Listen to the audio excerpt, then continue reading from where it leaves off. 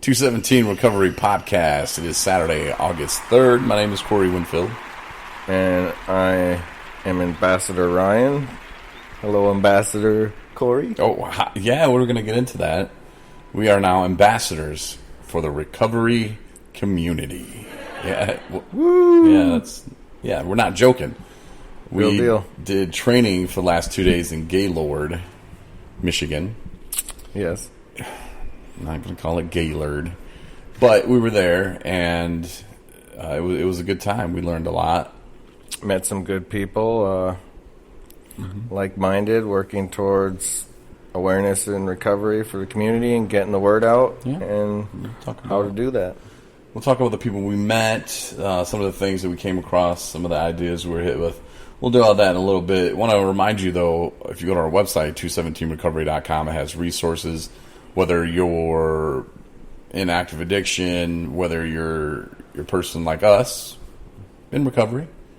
Recovering it up. And just want to check out some fun times. We do have a section on our website called Fun. You go to the very top, you can just scroll all the way over. It depends where you're looking on your phone or your computer, but you'll see it all the way to the right. Fun. Ryan has a new video up. Yeah. Having fun in recovery, as always. Yeah, Laura said, she was like, that's the funniest video ever. And you didn't say one word. Like, it's awesome. It's short, to the point. Yeah. It's on our Facebook. Maybe you've seen it. I don't have to do nothing. I just smile. Look pretty. Yeah, that's all you got to do, player. But it's on our website, 217recovery.com. Also on our website is Rethinking Addiction. There's a link for that. You can get tickets if you need them. But, Ryan, you just went over kind of the agenda, what was going on. Courtney Lavelle. I wonder if that's how she says her name. Beck G. Cohen. Yep. They're going to be the head, well, I guess not head, but the headliner. The main attraction. Yeah, they're going to be the speakers. And there's two options. You can, go to one or the other. And with some other deals in there. What time is it? It's pretty much a whole day. Yes, this happens August 22nd, 2019, Park Place Hotel in Traverse City. It's Rethinking Addiction. Purpose of it is to bring together citizens, all facets of our community, to work on the most effective, impactful strategies related to the public health crisis of addiction. This year, they're focused on supporting recovery, providing treatment and recovery options for those struggling, strategies aimed at supporting families, and creating resources and infrastructure better to provide for those in our community who need a place to turn to during recovery and beyond. Thanks for reading that, Ryan. Yeah, I just know all that good stuff. Yeah. You can contact them at Addiction Treatment Services, 1010 S. Garfield Go to our Avenue, website, 217recovery.com. It has all the info you need, but it sounds like they're going to have like roundtables and actually discussions. So if you want to take part in the discussions, you got something that you think is just a great idea, come. It'll be a good time, and we'll get the word out. I believe there's lunch as well. That's kind of a big deal. Lunch is always kind of a big deal. Lunch is good. Instead, you're reading the... You're funny, though, but it's all good. We're throwing some shout-outs to them. Yeah. Check it out. Like I said, 217recovery.com. Rethinking Addiction, 22nd.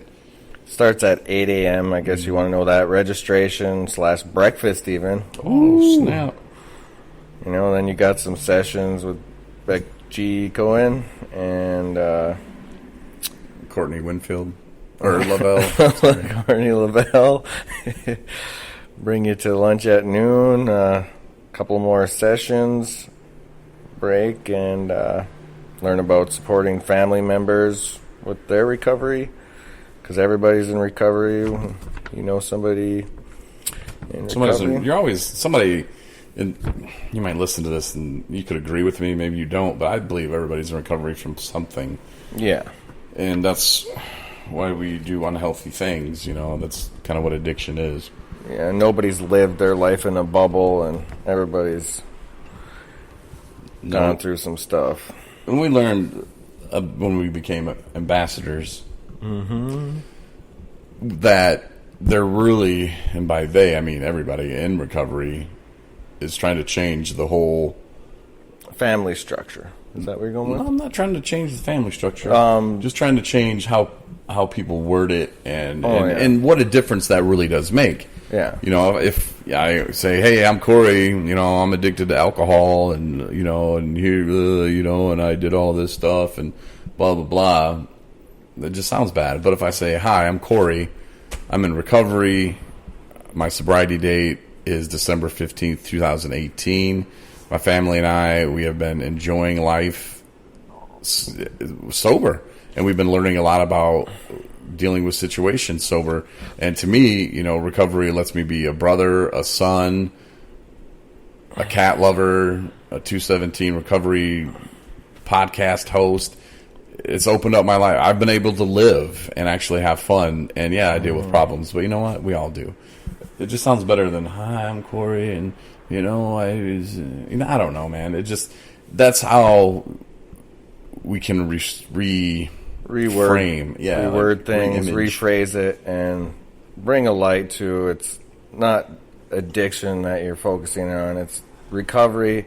It's bringing back hope and positive progression in the family. It doesn't just impact you, it impacts your whole family, and everybody is happy. Hopefully. A lot better off. But we were watching Courtney a minute ago on her YouTube channel, and she was at a conference in New York, and she was speaking, and she opened up, she's like, hi, I'm Courtney Winfield, or Lavelle, and I'm not an addict. And the crowd just kind of like, oh, okay. And she's like, you know, I'm a person in recovery, and I like to run. I like to, you know, that's what she did, you know. And it's just like that's what we're trying to do. So you learn a lot.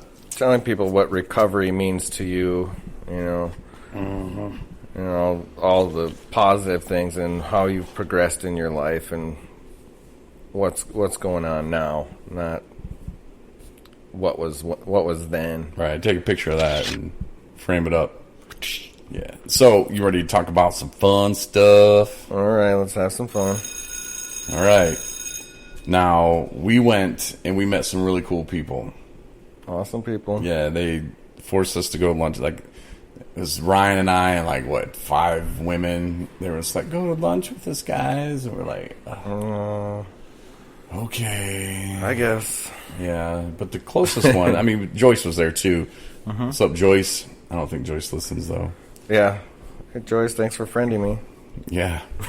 But Lindsay and Laura, you sat next to Laura, I sat next to Lindsay, and Laura yelled at me for saying a curse word in front of a kid, but we'll talk about that in a minute, too. But Laura, no, very cool. We had ice cream with her tonight after the thing. Yeah. You know, it was very cool. And she's a cool chick. And I can't remember exactly where she works, but it's a behavioral health, kind of mental health thing. She's a recovery coach and does all that good stuff. And and she's going to come down. Our peer recovery coach, you know. Monday, the 12th, and we're going to do a special podcast with her. We'll find out all about her. Yeah, looking forward to that. And Lindsay, she was really cool, too. She, we were sat down, and she was kind of just like, and she just looks nervous all the time, in my opinion. And she was like, yeah, I like you guys. I listen, you know, and we're like, what? Hey! Like, where are you from? By Torch Lake or something. And I was like, wow, that's pretty cool. Like, all right, that's what I'm talking about. And we talked after today, and we want to have her on as well. And she was expressing interest. She's like, oh, I think it was... And so, I'm sorry, Lindsay, if I'm totally screwing this up, but it was like Kalkaska or something, county maybe. I don't know. She's like, Kalbasa. But she's like, you know, people down there, you know, they really need the support and the help and blah, blah, blah. And not blah, blah, blah, but you know what I'm saying. So, yeah, we're looking forward to that. And it was a lot of fun. A lot of laughs, too. Yeah, I got to meet some of the people that Corey's been interacting with and see where that's leading and what them people have. And we came up with a great plan, too. We got all kinds of plans. Oh, my gosh. 217 is taking off. Yeah, I'll wait till I post this, because we had to be separated into groups, which was actually pretty cool. And Deb, the facilitator, she was pretty awesome too. Yeah, Debbie. Yeah, little Debbie. But we had to come up with, like, they said, okay, now imagine, you see a headline on TV, a headline, in the news or in a newspaper, what does it say? And we came up with an awesome one, but we can't say what it is because there's a method to my madness. But ours was the best by far. There were some good ones too, but ours was most impactful. And yeah, you'll see. Everybody's going to see. I'm serious. Just wait. I'm not playing. It'll be fun. It'll be good times. I didn't even tell Ryan yet. See? And he's my number one. So, yeah, it's really good stuff. But while we were sitting there too, Ryan, because everybody was kind of talking about jail and just what a pointless it is to put people in jail. And then Dale was saying that there's this kid that got out of jail and he had to go take P-test every week and he had to pay $106 for it. He just got out of maybe it was prison. But anyway, whatever he got out of, and it was for drugs. And he wasn't selling them, he was just using them. It's just like, okay, now he's back and now you're in the real world. Now you got to pay all this money. And someone say, well, that's what he gets for using the drugs. Yeah. All right, well, I mean, yeah, give me that. He has a substance use disorder, which is a disease, and they should be treating that, not criminalizing that. Right. Like I said the other night, I think that they just are embarrassed because they don't know what else to do. And so I started thinking on this. Jail is just like sending a kid to his room. The reason that we send the kid to the room is because we're angry or frustrated that we can't get what we want, which is often obedience. So, like, the kid comes up, Daddy, I want, because the kid wants something. That's why he's crying. That's why he's being however they're being. And we get angry or frustrated. Because we can't control their behaviors. Yeah, they're not acting how we want. So we go, get to your room. So we send them to their room. Yeah, I don't believe in grounding too much either. And jail is the same thing. Like, here comes a guy, he's on drugs. Okay, why does he do it? Because it feels good. It makes him feel good.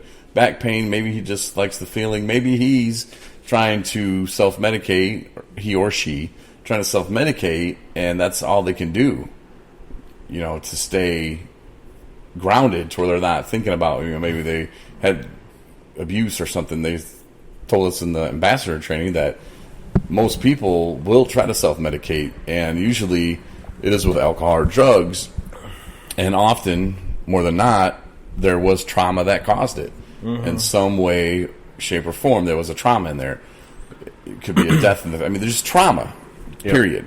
And that's what they turn to. So the kid comes home, say hi or something, and you're like, I'm going to send you to your room. But this time, nope, not your room. You're going to go to jail. You're going to go in there and you're going to think about it. And why do we do that? I don't know. I think because that's what... My approach, being a rad dad... Go ahead, rad dad. I'll finish my sentence in a minute. With a child to... He doesn't have a child. I don't have a child. But discipline them.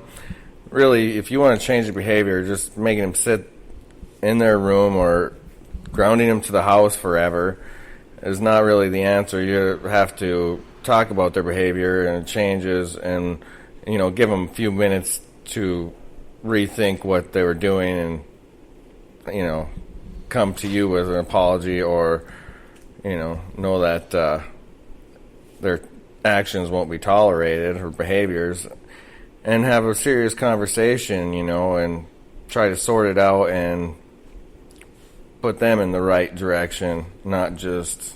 when I was growing up, I got grounded for like a month. All that did was make me want to sneak out, misbehave, do more things. And it wasn't, I'm not even going to get into that. But, yeah. But sending a kid to the room, but instead now we're sending them to jail. Yeah. And it doesn't cure anything. Because they're not having the talk. They're not getting over the behaviors, Yeah, like you said, you had to sit them down, have a conversation with them. And somebody out there like, oh, yeah, my kid's 5 years old. You try having a conversation with them. No, seriously. You can sit a 5-year-old down and have a conversation with them. You just have to do it in the right way. What's that right way? I don't know. You have to have You can figure a that good out, approach. You know. Yeah, calm, cool.